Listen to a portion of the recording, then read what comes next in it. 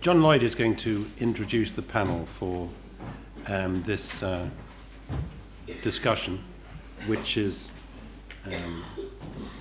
at the top of many agendas just at the moment. And I was just thinking, I'm chairman of the Reuters Institute Advisory Board, and I was just thinking about my own attitudes to this subject, which I guess are more relevant these days than they used to be. And I had four reflections. First of all, that I guess I have instinctively the traditional British view that since, while being a sinner like everyone, I lead a pretty boring, blameless life and don't have anything much to cover up or hide. I'm not too worried about surveillance, am I? If it's really necessary in order to stop buses being blown up or tube trains. And then I think to myself how much I resented it when I went to Google last year and was told that Google could now really be helpful because they knew everything about me and could tell me what I wanted to do next or where I wanted to go next. And I thought, bugger it, I'm not sure that's the life I want to lead. And I then thought to myself as well that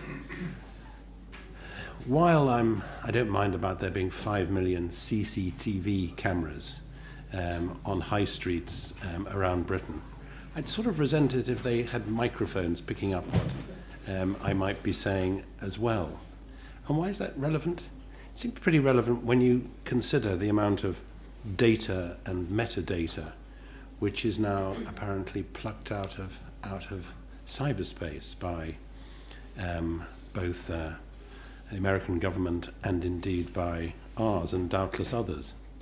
My second reflection was, why are the Americans and British governments so fed up with The Guardian and bloggers when they've actually allowed contractors and pretty low-level military personnel to have access to all this allegedly top-secret information and embarrassing information?